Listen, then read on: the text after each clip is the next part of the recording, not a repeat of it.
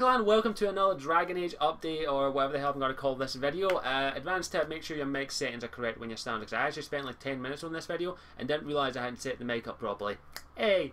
But yeah, so we're going to start take two, looking up and then get into too much detail. I was mostly talking about the advisors. BioWare recently have announced quite a lot of stuff actually from quite lately. They're quite releasing it. They recently did a Q&A with Mike Lalo, Mike Darha and Cameron Lee on a site called Raptr.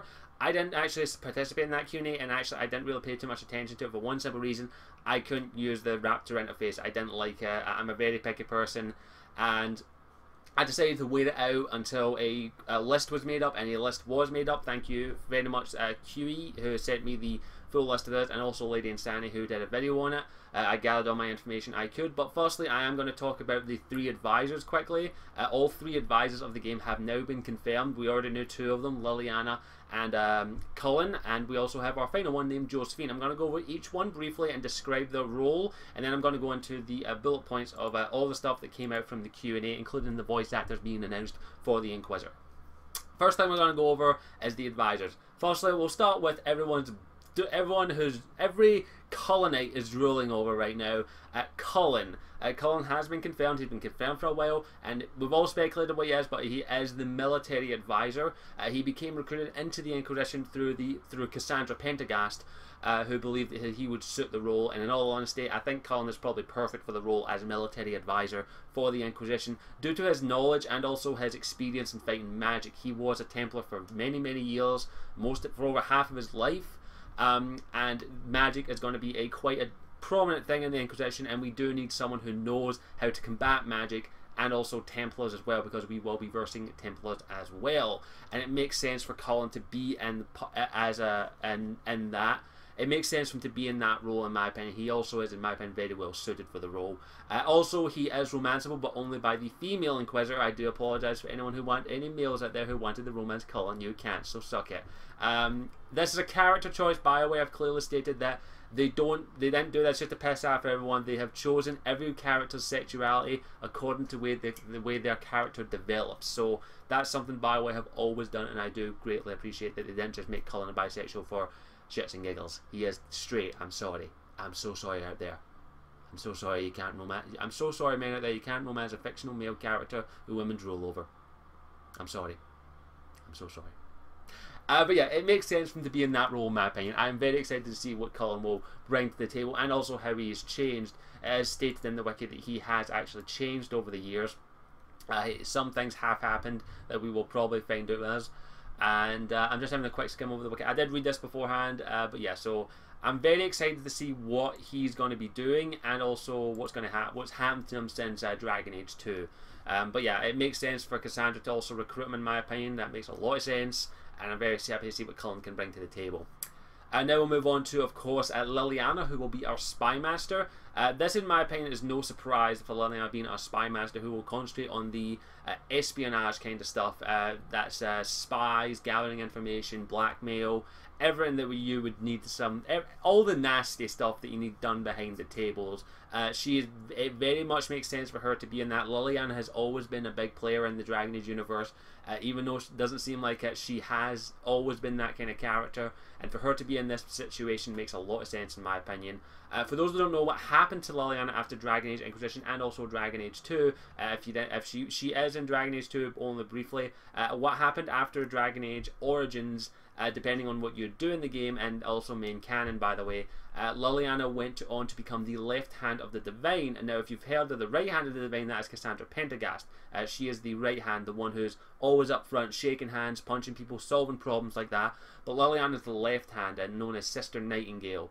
She handles the sneaky stuff, the behind the scenes stuff. She takes care of business when no one actually knows it. She also plays the game very well, which is something that we're all going to have to do. So it makes sense for her to be the spy master, at least, and she's been doing that. If you want to know exactly what she's been doing, I'd recommend reading Asunder and the Masked Empire. I will do spoiler videos on them closer to the release date of Dragon Inquisition, just for those as. Or if you want to have a little audiobook, go check out Lady Insanity. She's actually doing a live stream audiobook reading of Dragon Age the Masked Empire. The first 3 or 4 chapters are up on her channel right now. Definitely recommend go and check that out if you're not into reading books, which you should be. Books are good. But yeah, it makes sense for Liliana to be in that situation, and we all know what she's been up to if you've read the books, but if not, I will cover that in a video later down the line. And now the final one is a new character. This is her name, her full name. I have notes here because a lot of you complain. She is the eldest daughter of a noble Antibes family, and she is Lady Josephine Montriet. Damn you Canadians and your French names. Damn you all legions, sorry, and your French names. She's Antibes, so that actually makes sense. This is the new advisor. She has been commonly known throughout the fan base as Scribbles. And I'm sorry, I'm going to be calling her Scribbles through the entire game if I get that option. I love that little name. It's Josephine Scribbles, or Scribble Jo, as I'm probably going to call her. But she is going to be the political advisor. She'll be handling the paperwork, the funding, all the stuff, all the boring shit that we don't want to deal with. Basically, she's going to be the cogs behind the wheel. She's going to be the guide, the dealing with basically dealing with all the stuff that we don't want to deal with, like the political side. She's sort of like the second in command in a way. She deals with all the shit that the captain doesn't want to deal with. But yeah, she is going to be. She's also she is very well trained in this. She carries favours. She knows about foreign politics. She's from the description on her Wikipedia. She is on her wiki. Sorry, she's very much suited to the role. She is very skilled in foreign alliances with tactical and grace. With tact and grace, sorry. She's also carefully cultivated favours, so she does have connections. She is also a friend of Liliana, an old friend. So Liliana is actually the one that recruited her into the Inquisition, and I guess Liliana believed that she would suit that role very well. And Liliana is a very good judge of character. Also, she's a bisexual romance option, just to let you know. And also, Liliana is not romanceable. Just to let you know, neither is Morrigan. Sorry for all those that wanted to break up the Warden and those two. You're never going to do it. But yeah, just to clarify, yeah, that is Josephine, or Scribbles as I'm going to be calling her. And it makes sense for her being there. We don't know that much about her beyond that she is an Antibes. So I'm very excited to see what these advisors will bring us. Me personally, I don't know. I'm leaning towards more the espionage style, but it depends on how I play the game and also what kind of Inquisitor I decide to play. But yeah, that's the three advisors. I wanted to get that out of the way, and now we'll move on to the Raptr Q&A and all the stuff that came out about it. I have notes here. I've basically just copied and pasted the bulletins. I will go over them as best as I can. Firstly, of course, we'll be dealing with the Inquisitor first. The Inquisitor voice actors for the male Inquisitor have been announced as Harry Hampton Parton, and the American voice actor is John Curry. John Curry, if memory serves me, was the voice of Zevran. He is making his return as a main character now. Harry Hampton Parton, I honestly can't remember what other roles he's been in. I do apologise. I'm horrible. With me, I'm horrible with names, and I'm horrible at placing them. So the names may seem familiar, but I know I've heard the name before. So yeah, that's the male Inquisitor. The British female voice actor for the Inquisitor is Alexei Welton Regan. That name should sound familiar, as she was Samantha Traynor in Mass Effect 3. So yeah, you'll be playing Samantha Traynor basically. She's also done other roles and all that, but I'm very excited to see that. She is a good voice actress from what I've been able to hear. I've actually checked out most of the voice actors here, and they all sound really good, and they do suit the role. And the other American female voice actor is Sumley Montano. She will be joining Dragon Age. She was, memory serves me, she was Nareen in the Omega DLC, the female Turian. She also done various other roles. Very excited to see her. Nareen was very well voice acted. Both these voice actors are definitely welcome to the Dragon Age. I welcome them to the Dragon Age family, and I'm so sorry if we creep you out, because yeah, you're going to get stalked. I'm sorry. But all these voice actors are very well experienced, and from what I can able to gather from listening to them, they are very well trained and do jobs very well. Right now, I'm uncertain, as I normally play a male Inquisitor, but I might choose a female. I'm not too sure yet. But I will wait to hear the rest of them fully, and hopefully they will do an excellent job. They all have done previous ones in various BioWare games and also in other roles. The Inquisitor will also be referred to. Now, this is moving on to mostly general stuff. This is stuff I normally don't cover, but I decided, what the fuck, why not? You want me to cover this? A lot of you pester me for it. The Inquisitor will be referred to by their surname and not just the Inquisitor. I can't remember all the surnames off the top of my head. I do apologize. But he will be referred to. He or she will be referred to as their surname. The Kunari PC body will be big but smaller than Iron Bull. Makes sense because the Bull is a burly guy. Kunaris will use something other than helmets and hats due to their horns getting in the way. Otherwise, they'd just be, oh goddamn, that's another hat out of the way. I'm probably betting it's going to be something along the lines of like face masks that cover up like maybe this part of the face, not similar to what the Cerberus wore. The Cerberus wore that, and also the other Kunari from Dragon Age 2 wore like face masks. I'm assuming it's going to be something along those lines. The Inquisitor will definitely meet people who are prominent holy figures and how to react to them. So you'll probably meet the Divine, well, actually, depending on who the new Divine is. You'll probably meet a whole bunch of other characters, and it makes sense you're going to be meeting important characters. The character creation, there will be scars in the game. They did also say that there may or may not be freckles, mostly due to the skin tones. Now, like, I'm a freckly guy, so freckles are always a plus. They did state in the Raptr Q&A that there probably won't be a freckle option, but maybe some of the faces will actually have freckles on them, which that would be a nice wee treat. I don't think the Kunari have freckles because that would be adorable. But yeah, so you will be able to choose scars, and of course I always give my character scars because they're badass. Heterochromia is not available. I have no idea what the fuck that is. I should have probably looked it up. Character creation is actually going to be very complex. It's actually going to be very detailed from the sounds of it. You'll even be able to, you'll have actually with the eyes, using an example from these notes I've got, you'll actually be able to choose the outer iris color and also the inner iris color, which is very detailed. And if I get the option, I'm going to be red and pink. And there's lots of lips options. There's no body slider, so you won't be able to make your Inquisitor tall, fat, skinny, or adjust anything, so that's not going to be in there. You'll have customizable horns as a Kunari. You'll be able to adjust them and make them pointy. You'll be able to make them stand on end and be pointed up like that, or curved back there. Depending whether or not I choose to play a Kunari, I probably will have horns because horns are cool.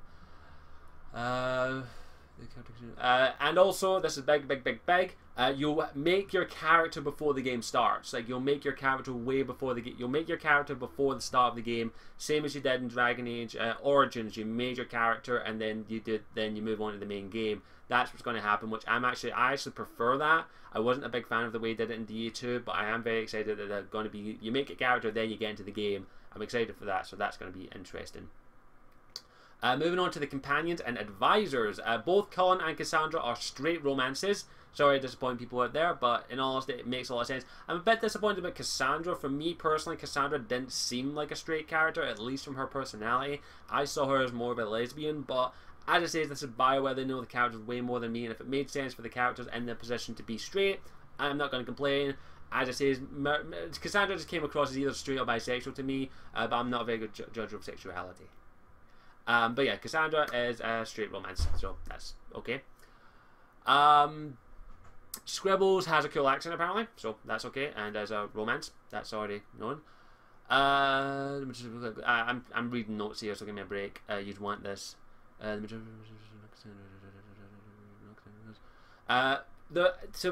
think from what I can gather, at least 2 of the romances will be race specific.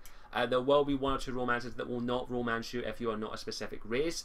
I'm predicting that one of them is probably going to be Iron Bull. It hasn't been confirmed whether or not he's romancing, and he'll only be romanceable by a female Kunari. I'm pretty sure that's going to be the case. We don't know yet. We do know that Iron Bull is a bit of a promiscuous character from what we were able to gather. So it makes sense for him to only romance Kunari unless you're into the BDSM crap, because we all know Sten was into that stuff, like whips, chains, leathers. Oh, he loved that crap. So yeah, I don't know. We'll have to wait and see whether or not that's actually true. If I had to make a prediction, I'm probably thinking either Solus or Sarah, the 2 elves. I'm thinking one of them will probably be, you'll only be able to romance them as an elf. I'm not 100% certain about that, but I'm merely speculating on this. I'm not too sure yet. I don't want to speculate, in all honesty, but I have to because you just love that. So yeah, there will be some race-specific romances, but there are 8 in total, I believe. Most of them are party. There are 1 or 2 non-party romances. 2 out of the 3 advisors are romanceable. Okay, this one's pretty awesome.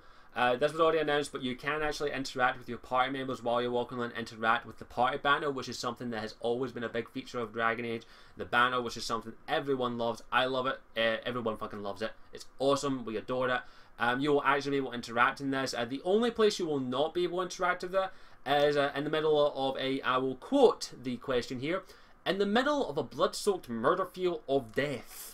So you can't be like, I'm fighting this dragon, I'm gonna kill it, I'm gonna kill it. Hey Serana, I just wanted to ask, do I go for a date later on? We're having a nice wee cup of tea and we'll have some of that classic elven broth you always make.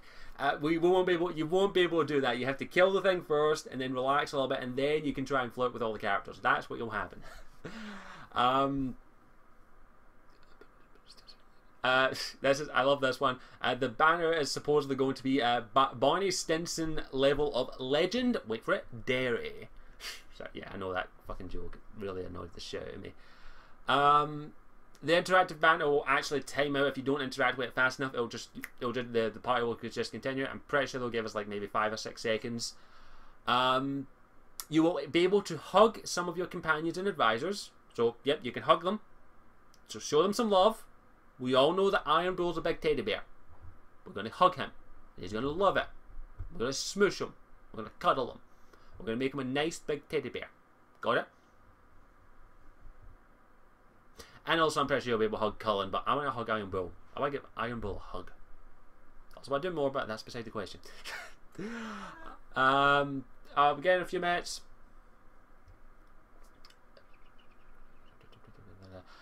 This is rather a long one. I'm going to have a quick skim. Majority of characters will all track similar approval, but the system has changed. Yeah, this is the approval system. There is an approval system of some kind in Dragon Age Inquisition. They have changed it. It's not the same as it was in Dragon Age Origins. I'm thinking it's going to be kind of similar to what it is Dragon Age 2, only maybe more advanced. You won't be able to just butter up Morrigan. You won't be able to just butter up your party members with alcohol from now on. You will have to actually work at it, and maybe there'll be item-specific things that you will give to your party members, like Iron Bull. Maybe you give them some booze, Serana maybe some elven tea leaves. Maybe you'll give Cullen soap or a comb, or I don't know. I'm speculating. Give me a break. But yeah, so that's the way it's going to work in there. They will make goals, and they will also have set goals that they want to achieve. And if you want to get their approval, you'll have to help them. So let's say Cullen wants some help with his bath. That's his goal in the game. You have to help him with his bath. Iron Bull maybe wants to sharpen his horns a little higher. Maybe he's got an itch in the horn he just can't reach. Maybe Dorian runs out halfway through the game. Dorian runs out of that wax he uses for his mustache, so you have to go and help him buy some. Sorry, I'm joking, but that's very interesting. Hopefully they'll be doing that. There are situations which you can piss off your party in which they will just go, you know what, peace out, I'm off. So you can piss off your party members. You can piss off your advisors. Advisors cannot leave you. They are there until that, but how you treat them will affect how the Inquisition works. So you have to keep your advisors happy. You have to keep your party happy. Good luck with that. That's going to be fun.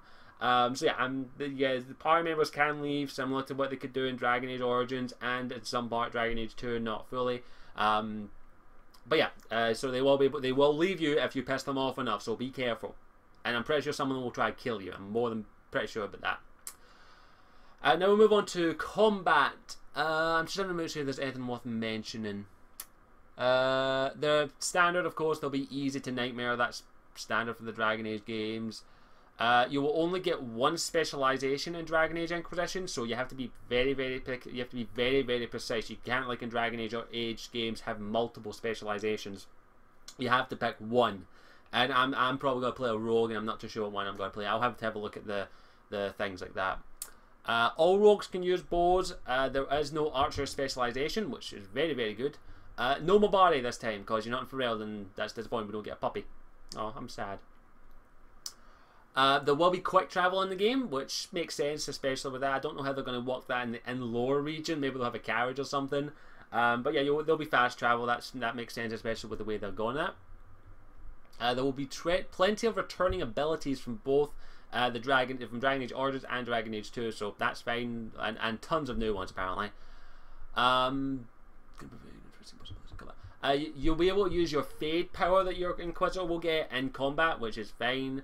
There's cross-class combos are back, which is something they did in Dragon Age 2, and bringing it back in Dragon Age, like you can freeze an enemy and then you can shield bash them and shatter them to pieces. Maybe a rogue can throw some oil, or you can throw bees, and then your mage fires lightning and makes lightning bees. Shocking and stabby. I love it. Lightning bees has to be a thing. I want lightning bees. Lightning bees. Oh yeah, definitely fucking want that. This is about the Knight Enchanter specialization for mages.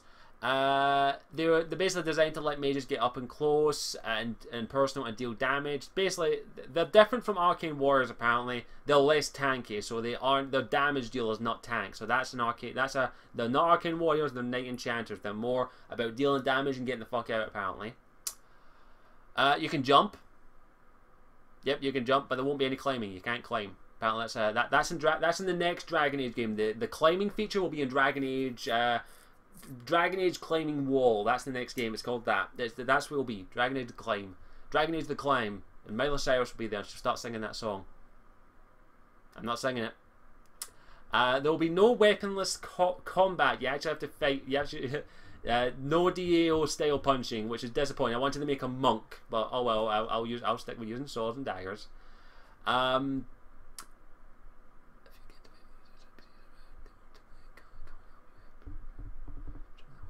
Apparently, if you fight, you can get into fights with friendly and non-companion NPCs. Awesome. Your specialization will actually impact the story depending on what kind of specialization you choose, which actually makes a lot of sense, because that was something that kind of bugged me about Dragon Age Origins, Dragon Age 2. Like for a mage, if you chose to be a blood mage, no one gave two shits about it. So I'm very interested to see how they're going to incorporate the specialization into the story. That'll be quite cool. I can't wait to see how they're going to do that. This is miscellaneous stuff. Faith and leadership are going to be major themes of the game. So your faith in the maker and also how you lead her. That makes sense, especially with what they're going.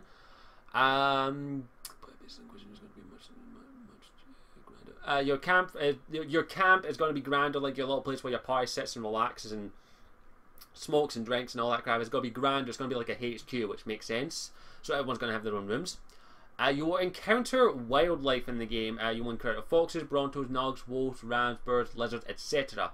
The thing is, though, they actually confirmed this in the game, that if you actually, like, say you're trying to find, there is a crafting system in the game. If you're trying to find 5 bear hides or something to locate to build like a pretty cool fancy decorative armor, if you can't just go to one area and hunt the bears down and then hope they'll respawn. The more you hunt them, the less they'll be and the harder they'll be able to find. You can actually, I wouldn't be surprised if there's probably a possibility you could actually hunt them down to extinction in that area, and then you have to go to a completely different area to get it. So you actually have to manage your resources and go to different areas to hunt instead of just one area, which actually makes sense in my opinion, especially from a roleplay perspective. You don't want to just go to the same area and do that, which I'm very excited about that. Both Flemeth and Dagna, the little dwarf in Orzammar who you help get to the circle, they will be appearing in it. Also, Gideon Emeris is returning. He voiced Fenris, if memory serves me. Apparently, it's not thing. There are no flying mounts, so unfortunately, I hate to disappoint. There are no griffins, but that's in the Last Flight, the book that's coming out, and I can't wait to read that. This is recording the Bog Unicorn mount, which is a DLC, I think. The Bog Unicorn is an undead horse which was killed with someone sticking a sword through its head. Thus, the horn is a sword that killed it. That's kind of dark. I love it. No capes, no cloaks, no capes, no capes. So you can't be Superman. Most of this stuff is stuff I've already mentioned. This is some updates. There are 8 romances in total. Only 2 have race specific. I already talked about that. There is at least 1 romance option outside companions or advisors. You might learn about or even meet some of the Chastened, Avar, and Dalish, which would be very interesting. Non-human mages and Christians' backstory will be a noble background, so you'll probably be a Legion noble of some kind. You will be a surface dwarf. Level cap is 25 or 30. No shield or Zevran. Disappointing about that. There is also stuff that I just learned about recently, as the crafting system. The crafting system in the game is actually going to be quite complex, apparently. You will actually be able to build your own armors, weapons, and all that, and actually name them. But there's one thing you have to take into consideration with that is it has to suit your class. Excuse me. a class like a mage can actually wear heavy armor, but only specific heavy armor. You can't make a warrior heavy plate mail and then stick it on a mage. You can't do that because that'd be fucking stupid. You can make armor from mages, like the Hawk armor from Dragon Age 2, which had the armor up here and little fur collar and all that. I'm presuming you'll probably make some actual mage plate mail and all that, but it will have to be made specifically for a mage, warrior, rogue, and any other class there above. You will have to make the weapons and armor specifically for the class. You will not have. That's what you have to do. But anyway, any character can wear pretty much any armor. And also, your companions, the armor you add to them will change their physical appearance. They did show an example of that in the recent Dragon Age demo. They've actually released the part 1 of the demo from E3, which looks awesome. They showed that the Iron Bull, if you put like a new armor set on him, he actually gets double shoulder blades, which is something pretty cool. And also using the crafter, you're able to name your weapons and armor apparently, which I absolutely adore because I can't wait to name my weapon. The dyeing is something that might be in the game. They've been very vague on that at the moment. I'm trying to think, is there anything else I'm trying to remember from the crafting system? You will also have to manage your resources in the game as well. This is something that was confirmed quite a while ago. You'll have to manage your resources. So you can't just spend all your resources making your guys look good and leave your Inquisition like sitting with rawhide leather armor and 1 or 2 pieces of plate mail. You'll have to manage your resources. Now, the way I'm probably going to play is I'm going to manage my resources quite fairly. I'm going to give a good amount to my Inquisition to make sure they're all well armed, all ready. I'm going to make sure my Inquisition is a respected and also feared organization, while also I'll be in my good armor and all that as well. You don't have to craft in the game. You can actually just pick up armor and buy armor and all that crap. That makes sense. That's very, very cool, but I'll be crafting the shit out of stuff, I guarantee that. All the news that's came out, I really, really like the sound of it. A lot of it sounds really, really good. I can't wait to actually play this game. It looks and feels... I really want to play this game. Also, last thing, there is still no word. They've said that at this current time, there will be no demo, but they will show off the character creator in the future, probably in a video of some shape or form. I am very excited for this game. The news that's came out, the stuff is all that. I will leave a links in the description to the full set of Raptr questions. You can have a look through them yourself in case there's anything I've missed, because I only really covered the stuff that really interested me personally, and also some other wee bits and bobs. The game looks fantastic. The gameplay, I'll also leave a link to the gameplay video if you haven't seen it already.